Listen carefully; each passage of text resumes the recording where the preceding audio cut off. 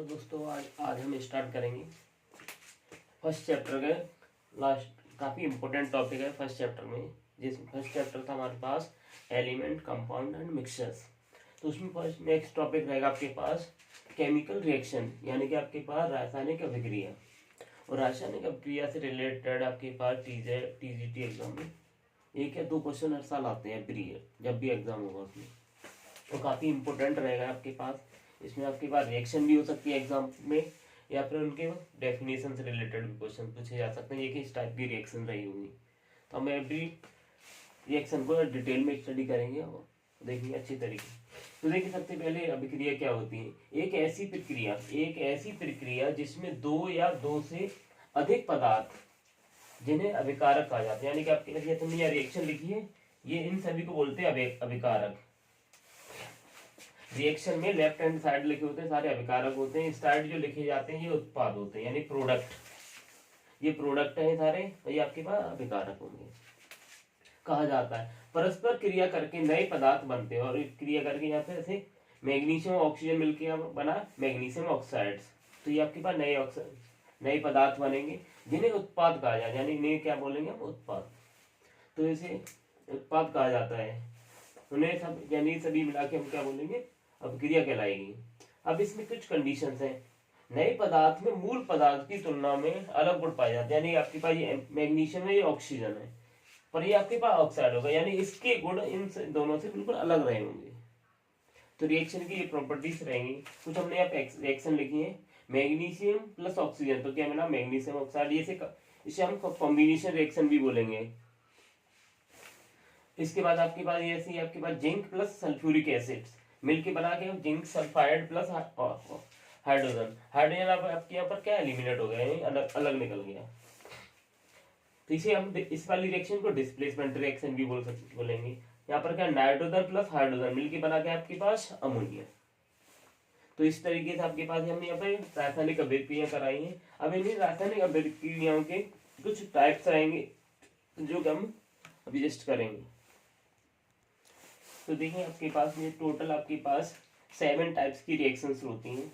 जैसे हमने पहले लिखी है इसमें संयोजन अभिक्रिया। संयोजन अभिक्रिया में क्या होता है, आपके पास दो अभिकारक मिलके एक नया प्रोडक्ट बना रहे होंगे।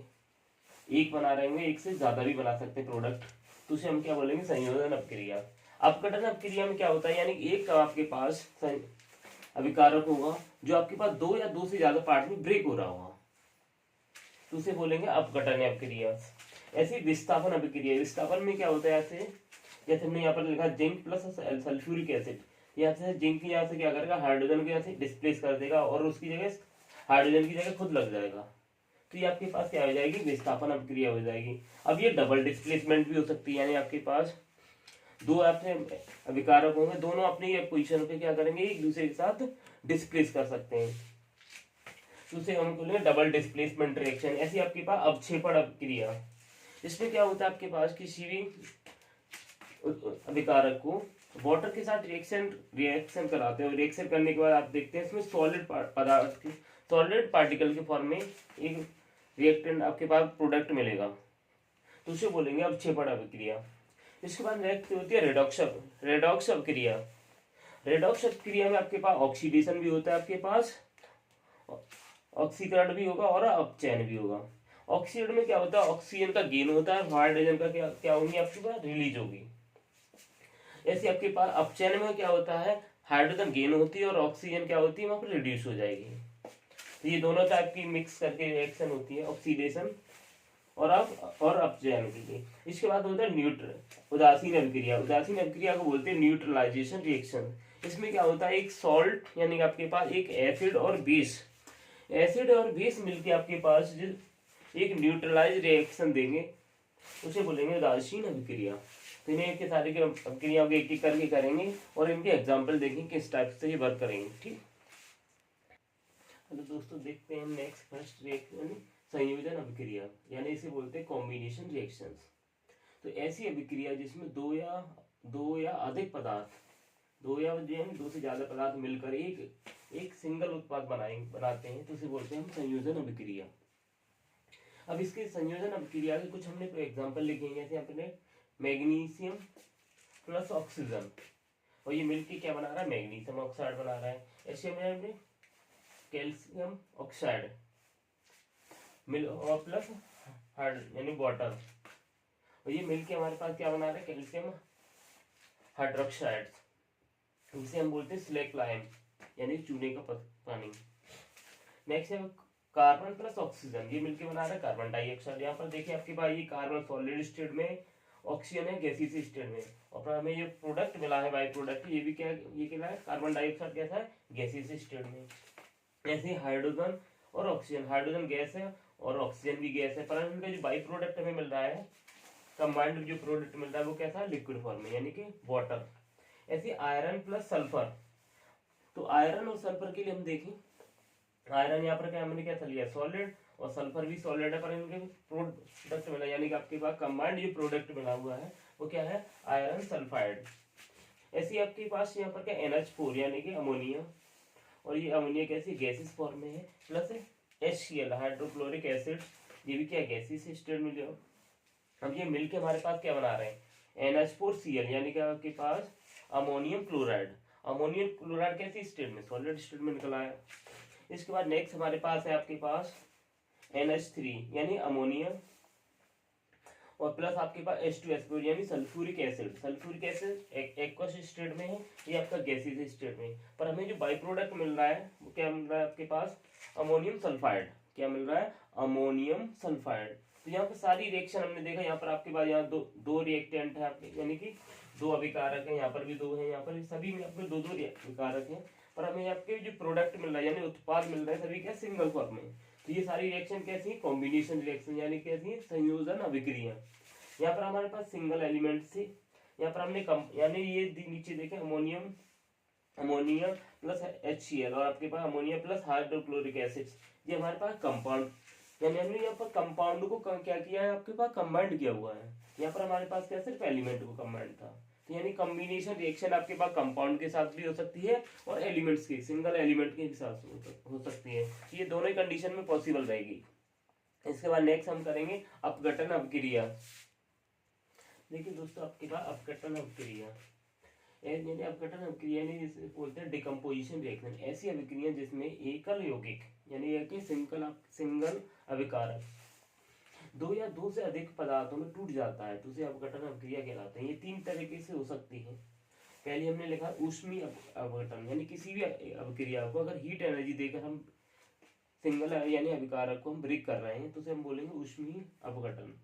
तो इसमें हमने लिखा ऊष्मा दी जाएगी और अभिक्रिया होने के लिए, ठीक। नेक्स्ट है आपके पास सेकेंड यानी कि इलेक्ट्रोलाइटिक अपघटन अभिक्रिया, यानी किसी अभिक्रिया में यानी कि अभिकारक को ब्रेक करने के लिए हमें उसमें क्या देंगे, विद्युत यानी इलेक्ट्रिक करंट फ्लो कराएंगे। इलेक्ट्रिक करंट फ्लो कराने से हमने क्या होगा, इस अभिक्रिया के इनसाइड क्या होगा, जो अभिकारक है वो आयनित कैसे हो, आयनित हो जाएंगे, यानी कि आपके पास एक कैथोड बन जाएगा, एक एनोड, और ये रिएक्शन कंप्लीट हो जाएगी। तो इसमें इलेक्ट्रोलाइटिक अभिक्रिया के लिए हमने देखा जिसमें विद्युत का प्रयोग किया जाता है अभिक्रिया को आयनित करने के लिए, जिसमें आपके पास कैथोड और एनोड बनेंगे।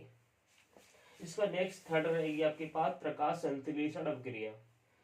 प्रकाश संश्लेषण यानी फोटोसिंथेसिस में, यानी इसे अभिक्रिया को होने के लिए हमें क्या प्रकाश यानी सनलाइट की रिक्वायरमेंट होगी। जैसे हमें पेड़ पौधे हैं जो अपना भोजन बनाते हैं आपके पास, वो फोटोसिंथेसिस के थ्रू बनाते हैं, इसे बोलते हैं फोटोसिंथेसिस।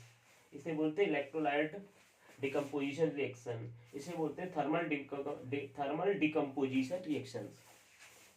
अब देखिए इनके बारे में एक एक करके रिएक्शन करेंगे। पहले हम थर्मल डिकम्पोजिशन करेंगे, फिर इलेक्ट्रोलाइट करेंगे, फिर फोटोसिंथेसिस, ठीक। देखिए दोस्तों हमने यहाँ पर आपके पास ऊष्मीय अपघटन अभिक्रिया के लिए यानी थर्मल डिकम्पोजिशन रिएक्शन के लिए देखिए कुछ एग्जांपल लिखे हुए हैं। तो ऊष्मीय अभिक्रिया में यहाँ पर हीट एनर्जी दी जाएगी, तो हीट एनर्जी को सिंबल दिया जाता है डेल्टा से। तो यहाँ पर देखिए हमने फॉर्मूला लिखा हुआ है, यानी Pb 2PbNO3 का होल ट्वाइस, यानी इसे बोलते हैं लेड नाइट्रेट यानी व्हाइट लाइम। अब यहाँ से हमने इसी रिएक्शन कराई तो यहाँ ये ब्रेक हुआ आपके पास PbO यानी कि लेड ऑक्साइड में, प्लस आपके पास नाइट्रोजन डाइऑक्साइड में, और प्लस ऑक्सीजन।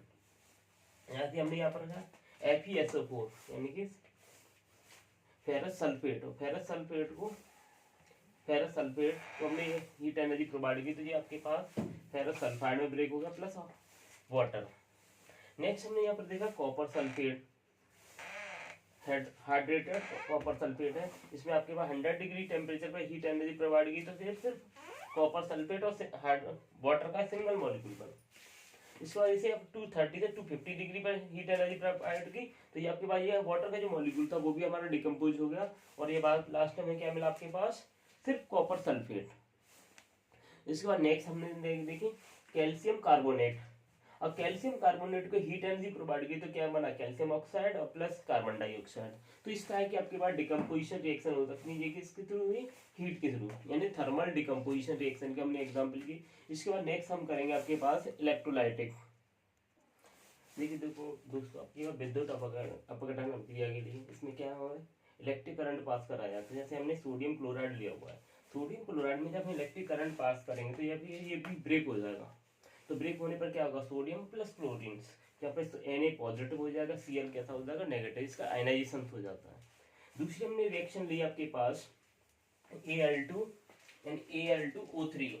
Al2O3 को बोलते हैं एल्यूमिना, क्या बोलेंगे इसे, एल्यूमिना। एल्यूमिना में अगर हम इलेक्ट्रिक करंट पास कराएं तो इलेक्ट्रिक करंट पास कराने पर ये बनेगा 4Al प्लस 3O2, यानी कि एल्यूमिनियम प्लस ऑक्सीजन। तो यहाँ पे Al पॉजिटिव हो जाता है, वो डबल नेगेटिव हो जाएगा। तो इस तरीके से हमें इलेक्ट्रोलाइट रिएक्शन हो सकती हैं। ये भी अब सारी क्या है, डिकम्पोजिशन रिएक्शन है, पर ये इलेक्ट्रिक करंट को पास कराने के थ्रू हो रही हैं। इसके बाद नेक्स्ट हम रिएक्शन देखेंगे आपके पास फोटोसिंथेसिस। तो नेक्स्ट रिएक्शन देखेंगे हम फोटोसिंथेसिस। तो फोटोसिंथेसिस के लिए हम देखिए दोस्तों, लास्ट है आपके पास प्रकाश संश्लेषण अभिक्रिया। ये सूर्य के प्रकाश से होती है, जिसमें हमने दिया है सिल्वर क्लोराइड, और सिल्वर क्लोराइड को जब सनलाइट की प्रेजेंस में रखेंगे तो आपकी ये सिल्वर प्लस क्लोरीन में ब्रेक हो जाए, यानी Ag पॉजिटिव Cl नेगेटिव। ऐसे आपके पास सिल्वर ब्रोमाइड है, ये सनलाइट की प्रेजेंस में 2Ag Br2 में ब्रेक हो, यहाँ पर Ag पॉजिटिव होगा, Br नेगेटिव। तो इस तरीके से प्रकाश संश्लेषण अपघटन अपक्रिया कंप्लीट हुई। इसके बाद नेक्स्ट हम आगे करेंगे डिकम्पोजिशंस, यानी आपके पास displacement reactions. Thank you watching the video and like and subscribe.